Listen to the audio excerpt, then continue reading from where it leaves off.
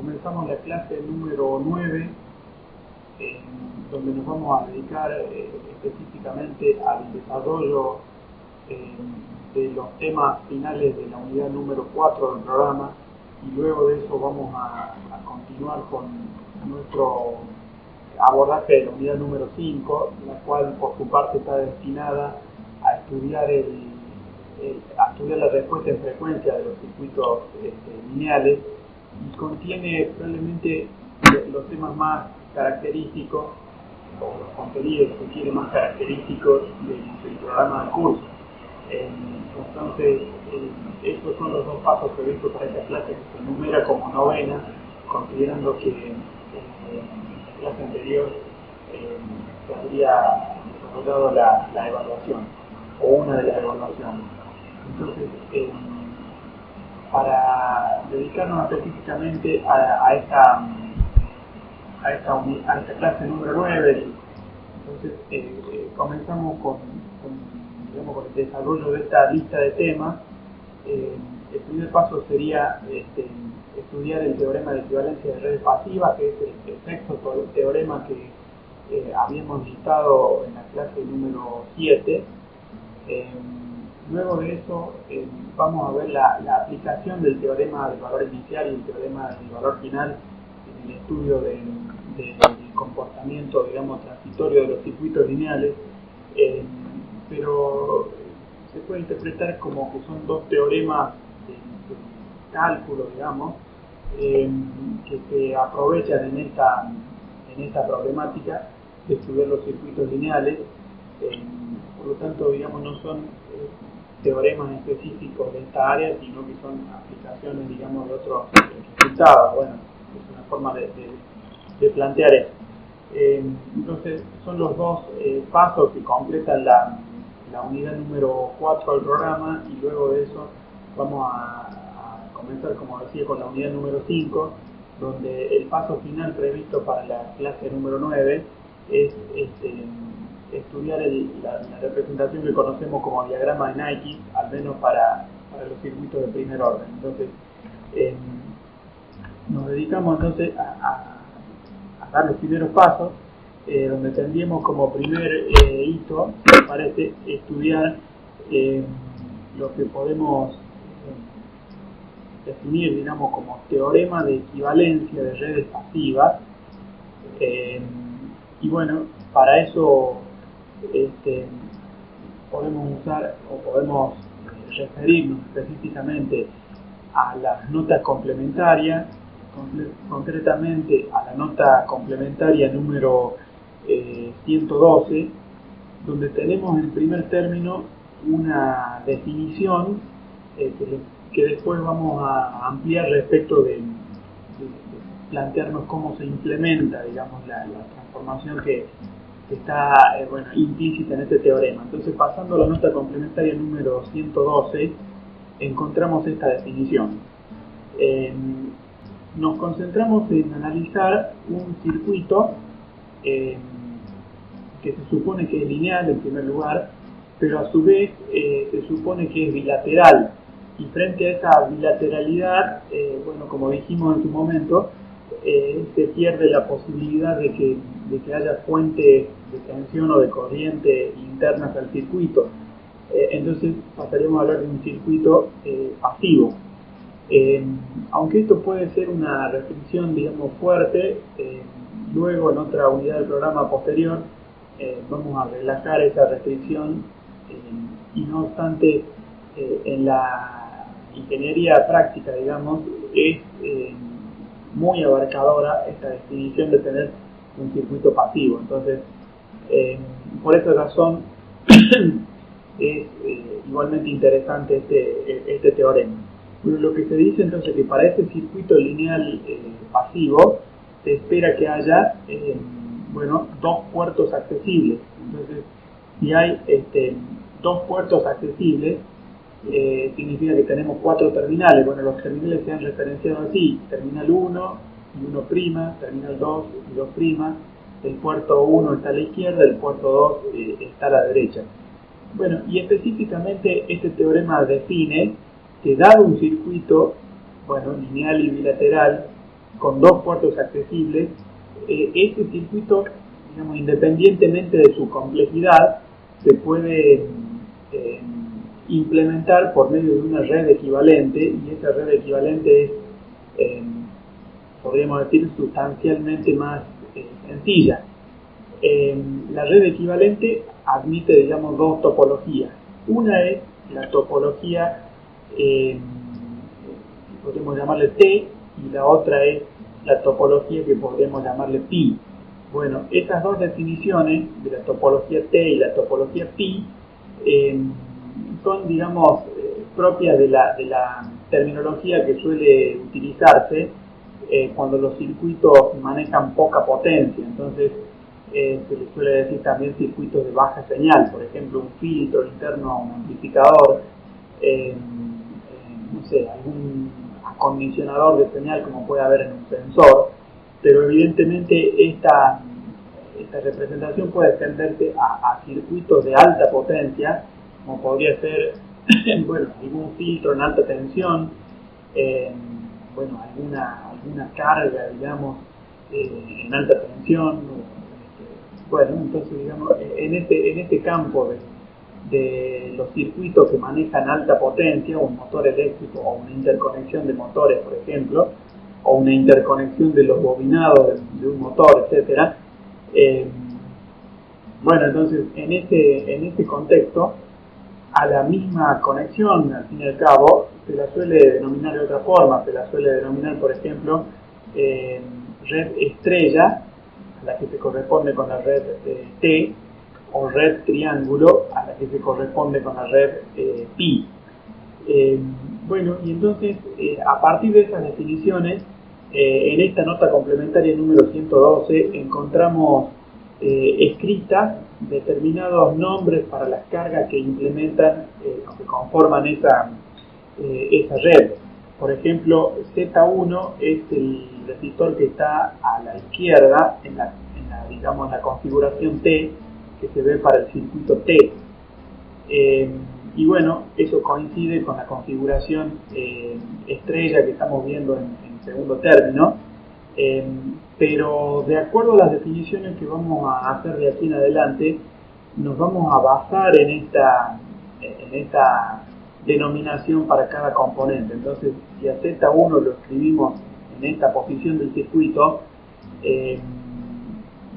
no es indiferente que modifiquemos esa denominación si por su parte queremos respetar las ecuaciones que están dadas próximamente. Es decir, dicho de otra forma,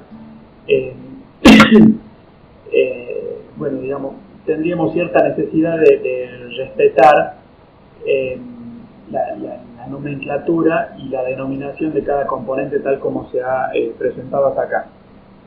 Bueno, entonces el teorema dice que este circuito, digamos, lineal y bilateral se puede reemplazar por un circuito equivalente, pero no dice cómo. En principio no se dice cómo.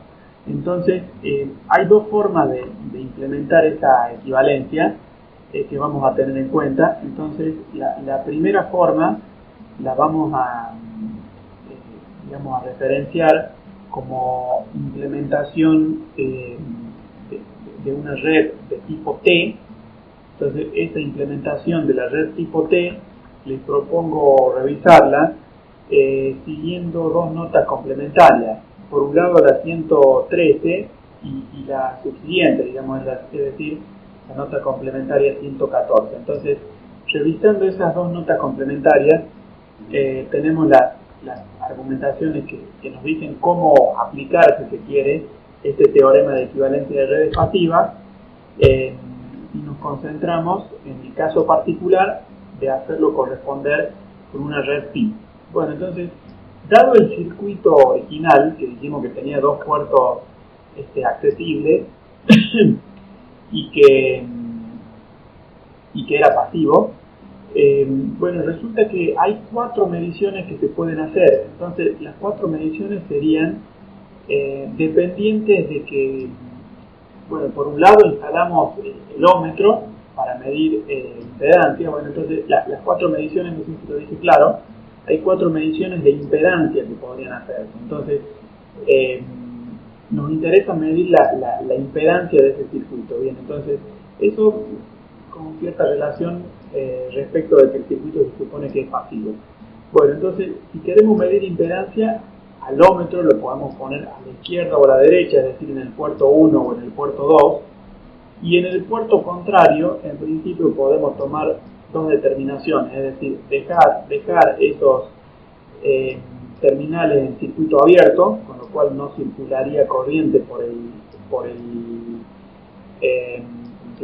puerto contrario al que utilizamos para instalar el ómetro, o hacer lo contrario, que es ponerlo en cortocircuito, y de esta forma, bueno, sabemos que un ómetro en realidad funciona inyectando una corriente de evaluación, midiendo la tensión observada, o haciendo lo contrario, presentando una tensión y observando qué corriente consume el circuito. Bueno, entonces digamos, este principio de funcionamiento es el que nos hace, digamos, capaces de decir que, bueno, que en el puerto contrario a donde se instala el instrumento, bueno, podría haber una corriente nula si el circuito está, perdón, si el puerto queda en circuito abierto, o podría haber una tensión nula y consecuentemente una cierta circulación de corriente si el puerto se pone en cortocircuito. Bueno, entonces le propongo ir avanzando, digamos, en los 4 pasos que sugiere la nota complementaria número 103.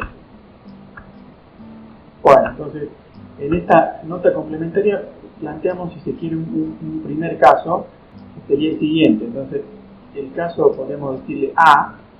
Este caso A supone medir la impedancia en el puerto 1 mientras se deja abierto el puerto contrario, es decir, el puerto 2. Y si el puerto 2 se deja abierto, no va a poder circular corriente entre este par de terminales. Entonces, este primer caso es el que se ha graficado, digamos, abajo, en el extremo izquierdo. Por su parte tendríamos el caso B, donde se mide la impedancia desde el puerto 1, pero se pone en cortocircuito el puerto 2. Y ante esta definición, bueno, habría una circulación de corriente en la conexión, digamos, a través de la conexión de cortocircuito. Bueno, el caso C y el caso D tienen la misma lógica, excepto que se mide la impedancia desde el puerto 2. Bien, entonces, estamos pensando en cómo implementar el circuito equivalente para una red pasiva que tiene 2 puertos accesibles. Bueno, y la primera definición es que podemos hacer 4 mediciones de impedancia. Bueno, entonces lo que sigue está resumido en la nota complementaria 114, y entonces decimos específicamente que con esas 4 mediciones, que eran Z10, Z1S, Z20, Z2O y Z2S, bueno, entonces esas pasarían a ser, tal como se ha indicado, serían impedancias de excitación de entrada. Por esta razón, bueno, respetamos nuestra nomenclatura de ponerles el apóstrofe. Entonces, por ejemplo, Z1O la remarco, que se tiene el apóstrofe porque es específicamente la impedancia que quiere de transferencia desde el puerto 1 hacia el puerto 1, es decir, la impedancia que podríamos decir de excitación de entrada, ante una cierta condición, que es tener el puerto 2 en circuito abierto. Entonces la O minúscula simboliza, digamos, la terminología en inglés de Open Circuit. Bien, entonces a partir de eso, bueno, lo que quiero hacer notar es que hay una serie de definiciones que se presentan en esta nota complementaria número 114, donde tenemos este detalle. Podemos ver cómo, si en el circuito de la red T, por ejemplo, si en el circuito de la red T dejamos el puerto 2 en circuito abierto, o sea, quiero hacer corresponder esta ecuación, donde vemos que la impedancia vista desde el puerto la impedancia vista desde el puerto 1 cuando el puerto 2 está en circuito abierto, bueno, tiene sentido revisando cómo la corriente va a fluir solo a través de Z1 y Z3. Como el puerto 2 está en circuito abierto, I2 se hace nula y no hay caída de tensión en Z2, y por esa razón encontramos esta definición para Z, sería para Z1O'. Bien, entonces, si por su parte pensamos en que al puerto 2 lo ponemos en cortocircuito, entonces encontraríamos lo siguiente. La definición sería Z1S, bueno, y eso sería coincidente con suponer que hay efectivamente una conexión entre este par de puertos. De esa forma B sub 2 se vuelve nula, y entonces podríamos ver cómo efectivamente Z3 está en paralelo con Z2 en esta nueva configuración, y a su vez están en serie con Z1, y es lo que dice la ecuación Z1S'. Bueno, entonces la definición es que para el circuito T sabemos cuánto debería valer Z1' y Z1O' y Z1S'. Bueno, pero con la misma lógica podríamos seguir trabajando y también podríamos saber cuánto vale Z2O' y Z2S'. Bueno, entonces a partir de ahí lo que quisiéramos es que esos valores Z1O', Z1S', Z2O' y así se correspondieran con los que habíamos observado en el circuito original. El circuito original del que habíamos sometido a evaluación según la representación gráfica en la nota complementaria número 113. Bueno, entonces, si queremos que nuestro circuito T respete los valores observados en el circuito original, bueno, se puede verificar, se descubre que las relaciones que se tienen que cumplir son estas tres, donde hay una definición, digamos, mejor dicho, hay dos definiciones alternativas para Z3. Entonces, el procedimiento de trabajo sería medir Z1O', Z2S' y Z2O', y entonces a partir de eso se podría determinar cuánto vale Z3, cuánto vale Z1 y cuánto vale Z2 para que nuestra configuración T se parezca al circuito original. Bueno, fíjense que he listado solamente tres variables. He listado Z1O, Z2O, Z2S. Bueno, no mencioné el apóstrofe, pero me refiero a estas variables. La idea es que no necesitamos hacer las 4 mediciones del circuito, sino que nos alcanza con hacer 3 mediciones frente a esta definición dual, o si se quiere de 2 alternativas para Z3. Entonces, en la práctica no necesitamos hacer 3 mediciones del circuito, pero no necesitamos hacer 4, sino que nos alcanza con hacer 3 mediciones del circuito. Bueno, para este circuito T que venimos estudiando, hay algo que se llama ecuación de equilibrio. La vamos a referenciar con esta especie de acrónimo, ST. Bueno, la ecuación de equilibrio es la que tenemos acá, bueno, en la nota complementaria número 114. Bueno, entonces, descubrir por qué Z3, Z1 y Z2 tienen que responder a las mediciones según las ecuaciones que están escritas es algo que, digamos, para abreviar el contenido del curso y no extendernos, digamos, demasiado por su parte, bueno, no lo vamos a presentar con demostración. No obstante, en el aula virtual pueden encontrar un documento texto donde está, bueno, el desarrollo de las ecuaciones que vemos escritas acá. Bien, entonces con esa perspectiva podemos decir que ya está expresado cómo podemos hacer para aplicar el teorema de equivalencia de redes pasivas si nuestro objetivo es hacer que el circuito original se parezca a una red T. Pero hay una alternativa y es plantear una implementación del circuito equivalente por medio de lo que sería una red pi.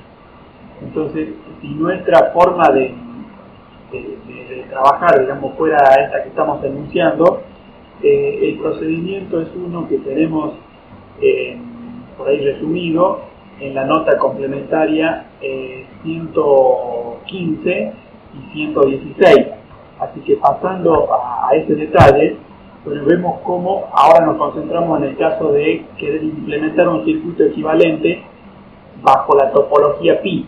Bueno, en este caso nos detenemos a pensar que el circuito lineal pasivo original podríamos hacerle 4 mediciones que de pronto podrían no ser de impedancia sino de admitancia. Bueno, entonces, por ejemplo, podemos medir la admitancia I1O' en el puerto 1 cuando el puerto 2 está en circuito abierto.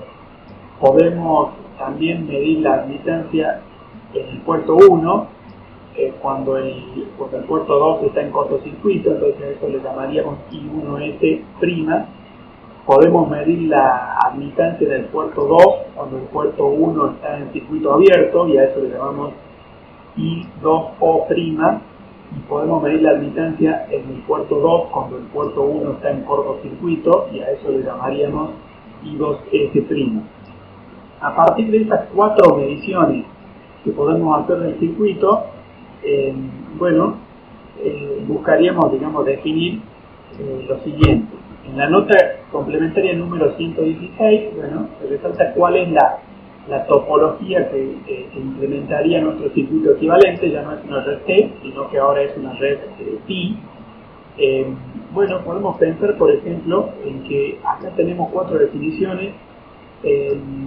Por ejemplo, si pensamos entonces si pensamos en la definición para I1S', sería la admitancia cuando la admitancia vista en el puerto 1 cuando el puerto 2 se pone en cortocircuito. Entonces, si el puerto 2 se pone en cortocircuito, vemos que no circularía corriente a través de I sub B.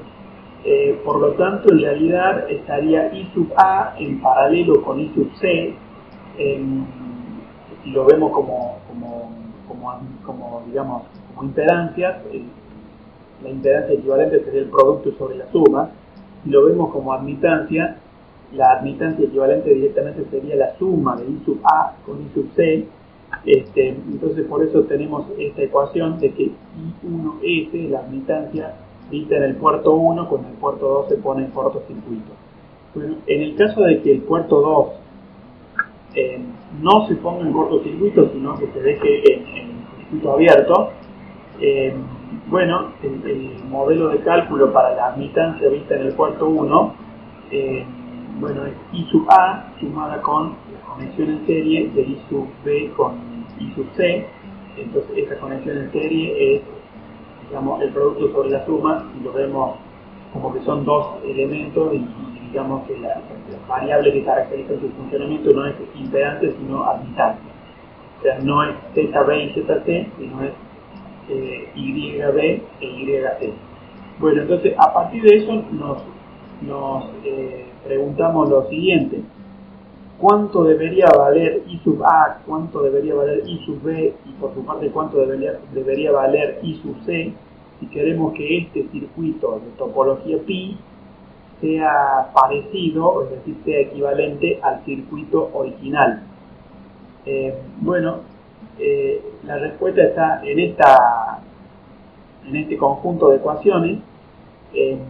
Vemos que, una vez más se omite el desarrollo de estas ecuaciones, pero resulta evidente o resulta visible que no nos van a hacer falta 3 mediciones, sino que solamente necesitaríamos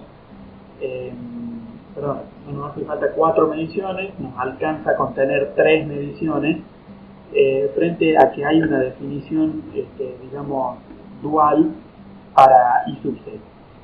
Bueno, y a partir de eso, la ecuación de equilibrio para esta configuración pi, que la vamos a simbolizar con este pi, es la que está contenida en este sistema de dos ecuaciones. Entonces, es una ecuación de equilibrio.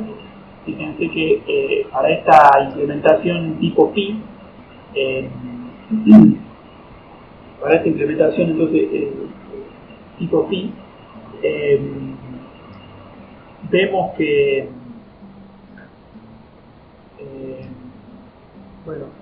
entonces para esta implementación tipo pi, vemos que la ecuación de equilibrio responde a analizar las tensiones en los nodos B sub 1 y B sub 2, mientras que para el circuito tipo T la ecuación de equilibrio se correspondía con una interpretación mediante las corrientes de malla, podríamos decir. Entonces, a partir de eso, resulta, digamos, más, o resulta otra perspectiva respecto de tener en cuenta, digamos, cómo tenemos una interpretación dual del problema. Por último, podría haber casos donde no podamos implementar para un circuito específico, podría ser posible que no sea, digamos, factible implementar alguna de las dos topologías y estemos obligados a implementar la contraria, digamos. Entonces, más allá de los modelos matemáticos alternativos, no siempre tenemos la opción de elegir entre las dos posibilidades. Bien, entonces a partir de eso ahora podríamos comentar un detalle adicional. Hemos dicho que la definición del teorema de equivalencias pasivas es que a cualquier circuito, independientemente de su complejidad, podríamos hacerle 3 o 4 mediciones según cuántas nos sean de utilidad, y en función de esas mediciones o variables observables se podía escribir un circuito equivalente, o se podía establecer un circuito equivalente. Ese circuito equivalente, acabamos de decir que puede ser de tipo T o de tipo pi. Pero la pregunta que sigue es si podríamos digamos, reemplazar uno por el otro, y la respuesta es que sí. Entonces resulta que surge una temática, digamos, también clásica, sobre todo a los cursos por ahí de electrotecnia y de manejo de máquinas de alta potencia. Entonces la temática es los mecanismos o los métodos de conversión entre circuitos pi y circuitos T, que sería lo mismo que decir conversión estrella triángulo. Bien, entonces esta estrategia de conversión, en muchos casos, por ejemplo en el arranque de motores eléctricos, también tiene, digamos, una utilidad específica y importante. Entonces esta conversión la vamos a presentar de una forma resumida por medio de dos notas complementarias, que sería la 117 y también la 118. Entonces, en función de estas dos notas complementarias, vamos a hacer algunas definiciones ahora para continuar. Entonces vamos a decir que hay un circuito original. Ese circuito, independientemente de que pueda tener muchas mallas, 1000 mallas, 500 mallas, 10 mallas, o de pronto 2 mallas, pero podría tener, digamos, 2 mallas o muchas más, podría tener 3 nodos, o 2 nodos, perdón, o muchos más, y no obstante, eso no impide de que podamos hablar de la impedancia de transferencia desde el puerto 1 hacia el puerto 2. Entonces esta impedancia de transferencia la deberíamos aclarar, digamos, poniendo el apóstrofe para ser coherente con la nomenclatura que hemos venido planteando. Entonces, la impedancia de entrada es Z11' en el puerto 1, la impedancia de entrada es o de salida, si se quiere, es Z22' en el puerto 2, la impedancia de transferencia de 1 a 2 es Z21, la impedancia de transferencia de 2 a 1 es Z12. Y bueno, lo que quisiéramos es que en función de esa impedancia de transferencia de entrada y salida, bueno, uno pudiera establecer cuánto vale digamos, el circuito pi o el circuito T, bueno, partiendo del caso particular en el que ya tengamos establecido o el circuito pi equivalente o el circuito T equivalente. Bueno, entonces, tal vez en eso no he sido claro con la expresión de hace un momento. Quiero decir, el circuito podría tener muchas mallas o muchos nodos. En función de eso, planteamos el circuito equivalente pi o el circuito equivalente T. Y luego de eso quisiéramos pasar al circuito, digamos, recíproco, o sea, del pi al T o del T al pi. Bueno, entonces, para el circuito pi o para el circuito T, ya hemos visto que podemos analizar su impedancia de entrada o su impedancia de salida o su impedancia de transferencia. Entonces, este gráfico trata de mostrar que hay tres formas de referirnos al circuito. Bueno, con su detalle completo para un circuito T o con sus impedancias de transferencia, y bueno, también con el circuito completo, con el detalle completo del circuito pi o con sus impedancias de transferencia. Bueno, entonces, si a ambos circuitos lo llevamos a su representación por medio de 4 impedancias de transferencia, la impedancia en el puerto 1, la impedancia en el puerto 2 y la impedancia de transferencia 1, 2 o 2, 1, ya vimos por su parte que si el circuito es lineal y pasivo, bueno, Z21 tendría que ser igual a Z12. Bueno, y entonces podemos decir lo siguiente: para que el circuito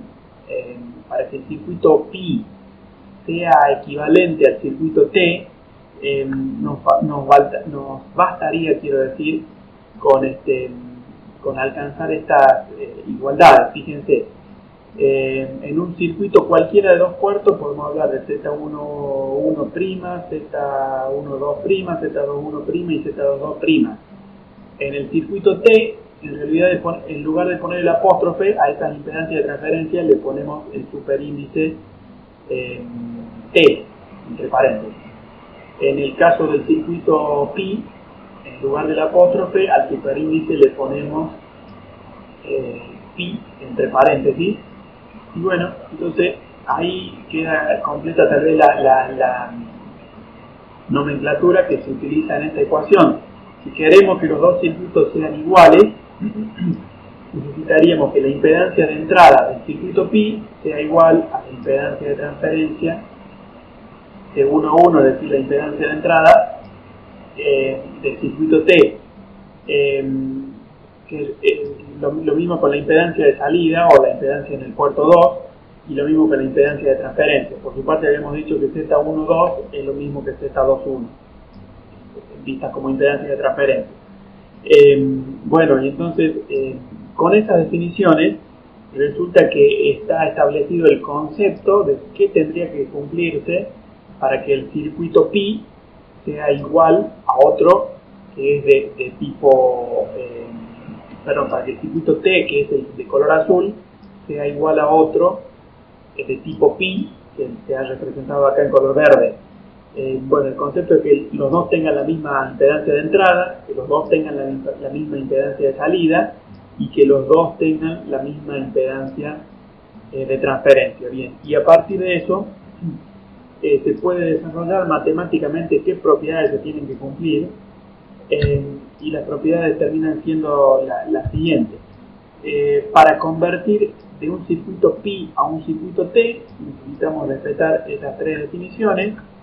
Partimos del circuito pi que tenía I sub A, I sub B e I sub C, pero está mostrado en la nota complementaria número 117 como, bueno, I sub C se corresponde con Z sub C, I sub B se corresponde con Z sub B e I sub A se corresponde con Z sub A. Entonces, digamos que otra regla así como mnemotécnica para recordar estas definiciones es que en el circuito pi definimos las cargas con letra, con subíndice letra, mientras que en el circuito T definimos las cargas con subíndice número.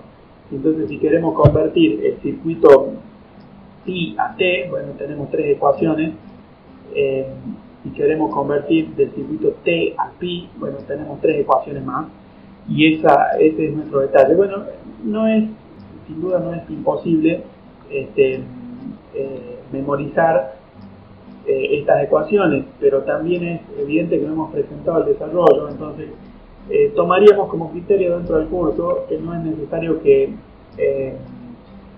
sepan de memoria estas ecuaciones, que repito, no las hemos desarrollado, sino que presentamos directamente su forma de utilización práctica.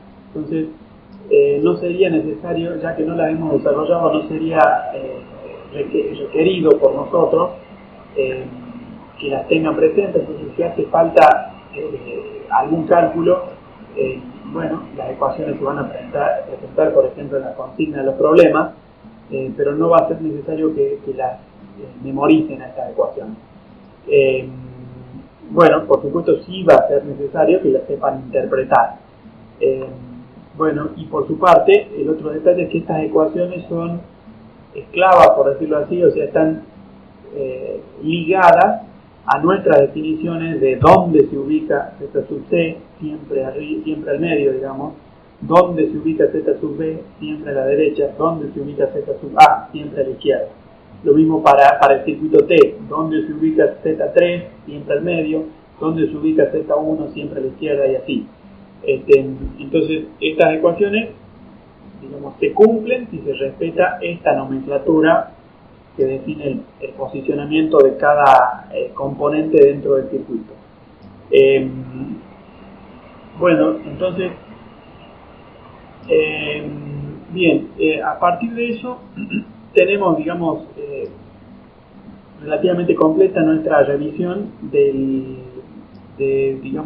la conversión desde un circuito pi hasta un circuito T, que por su parte proviene,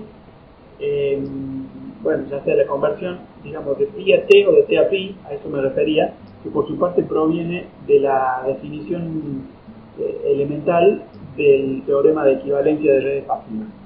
Entonces, con esto terminaríamos nuestra revisión del teorema de equivalencia de redes pasivas. Es lo que trataba de referirme. Bien, y entonces ahora podemos referirnos a otro, digamos, paso dentro del programa, otro paso de desarrollo. El paso sería referirnos a cómo podemos hacer una aplicación del teorema del valor final. Entonces, el teorema del valor final, el cual vamos a referenciar con este acrónimo, teorema del valor final, y bueno, entonces y el teorema del valor inicial. Entonces, el teorema del valor inicial, el cual vamos a referenciar con este acrónimo T, B y latina,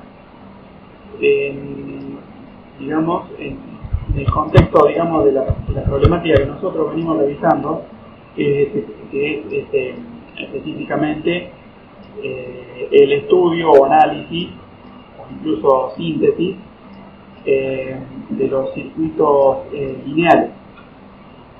Bueno, en particular resulta que esto tiene una aplicación interesante cuando se estudia el comportamiento transitorio, y entonces a esto lo tenemos referenciado en una nota complementaria que es la número 119. Eh, Bien, entonces en la nota complementaria número 119 encontramos este detalle.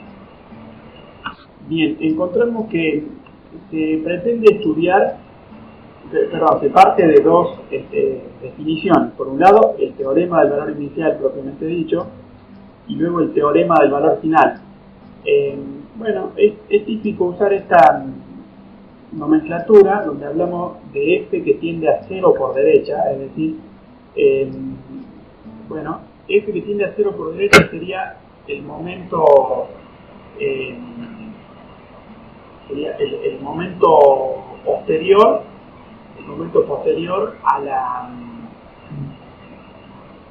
digamos al cambio de estado en el sistema. Entonces esta temática tiene que ver con el estudio de la respuesta transitoria, como habíamos dicho. Entonces la respuesta transitoria por su parte tenía importancia cuando hacemos un cambio de estado en el sistema, por ejemplo cuando conmuto una llave. Entonces este que tiende a 0 por derecha se refiere al valor en una cierta función que por su parte va a referenciar la tensión o la corriente, o sea que esta f de t podemos anticipar que modela ya sea, bueno, la tensión o la corriente en algún circuito lineal. Y entonces queríamos saber con f de 0 por derecha, quisiéramos ver cuánto era, por ejemplo, la tensión en un componente del circuito justo después de que conmute la llave, o cuánto era la corriente justo después de que conmute la llave, digamos. Entonces a eso nos estaríamos refiriendo con este concepto. Y bueno, por definición, el teorema del valor inicial se relaciona con una formulación en el dominio de la variable operacional de Laplace. No obstante, es precisamente lo que vamos a plantear como posibilidad de evitar. Es decir, este teorema, en principio, tiende a evitar el uso de la transformada de Laplace. Pero bueno, para tener una cierta rigurosidad matemática, bueno, hacemos esta representación tanto en el dominio del tiempo como en el dominio operacional. Bueno, el teorema del valor final establece que existe una f de 0 por derecha que se relaciona con el límite de f de t cuando t tiende a 0 por derecha. Y a su vez la relaciona con la expresión en el dominio operacional. El teorema del valor final establece que la función cuando el tiempo tiende a infinito, bueno, se puede definir tanto por medio de un límite en el dominio del tiempo como por medio de un límite en el dominio operacional. El valor de la función cuando el tiempo tiende a infinito es lo que en nuestro contexto lo interpretamos como estado de régimen, por eso se usa esta variable escalar. Bueno, y entonces, aunque el teorema por sí mismo digamos, este par de teoremas por sí mismo hacen una relación directa con la transformada de Laplace, lo que podemos decir es que desde nuestra perspectiva de aplicación, lo que rescatamos es que el teorema del valor inicial y el teorema del valor final nos sirven para estudiar que en cierto tipo de circuitos hay componentes reactivos de una única naturaleza. Por ejemplo, son muchos los circuitos donde de pronto puede haber resistores y condensadores, es decir, solamente condensadores como elemento reactivo. En otros muchos circuitos puede haber solamente inductores, es decir, pensando en el inductor como único elemento reactivo, más allá de que fueran múltiples bobinas, o múltiples resistores o múltiples mallas incluso, pero digamos, si el elemento reactivo es de una sola naturaleza, es decir, L o C, o sea, excluyentemente, que sean todos los componentes inductivos de tipo L o todos los componentes reactivos de tipo L o todos los componentes reactivos de tipo C, Bueno, en este caso se ve un resultado que a esta altura puede ser bastante previsible, y es que la ley de variación instantánea para esta f de t sigue un modelo exponencial en el cual se identifica una constante de tiempo y por su parte, digamos, responde a esta ecuación donde tenemos entonces r menos f de 0 por derecha. Entonces, digamos, es una formulación matemática. Digamos, nuestro criterio de aplicación es que esta formulación matemática que estamos viendo acá nos serviría para lo siguiente.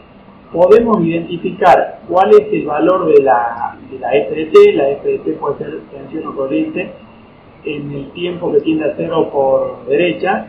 Podemos interpretar o analizar cuál es el valor de régimen para f de t, es decir, el valor de régimen para una cierta tensión o para una cierta corriente, y en función de eso no nos haría falta todo el desarrollo por medio de la transformada de Laplace, sino que directamente podemos partir de este modelo e identificar de esta forma cómo tiene que ser o cómo resulta la f de t. Entonces, digamos, dicho de una forma tal vez más sintética, identificamos la condición inicial, identificamos la condición final, o el valor inicial y el valor final, y en función de eso directamente aplicamos este modelo matemático, digamos, del cual si se cumple que los elementos reactivos son de una sola naturaleza, vamos a poder asegurar que es exacto. Bueno, de esa forma en principio estamos ahorrando el mecanismo de movernos al dominio operacional, hacer todo el análisis de la resolución en el dominio operacional de Laplace, y luego, por su parte, calcular la antitransformada. Entonces, este es el procedimiento que en principio estamos ahorrando. En la práctica tenemos que reconocer que, aunque parece que estamos ahorrando pasos, bueno, probablemente sea efectivamente así, pero hay que hacer continuamente una serie de evaluaciones para no equivocarnos en la aplicación de esta metodología de trabajo. Entonces, bueno, digamos, vamos a encontrar una ejercitación en la guía de ejercicio respecto del uso de esta perspectiva de manipulación de los modelos para circuitos lineales, la cual, digamos, que expone el análisis físico del circuito, y eso es lo que tiene de importante. Digamos, estudiamos con bastante detalle qué creemos que funciona, qué creemos que ocurre en el funcionamiento del circuito, y eso es lo enriquecedor. Desde el punto de vista operativo, yo propondría como criterio personal que es más eficiente utilizar la transformada de Laplace, porque sugiere un método más sistemático, pero desde el punto de vista formativo, aplicar esta metodología nos pone frente a la necesidad de revisar con más detalle qué creemos que pasa con la corriente y la tensión en cada elemento del circuito. Bueno, entonces con este criterio lo vamos a revisar.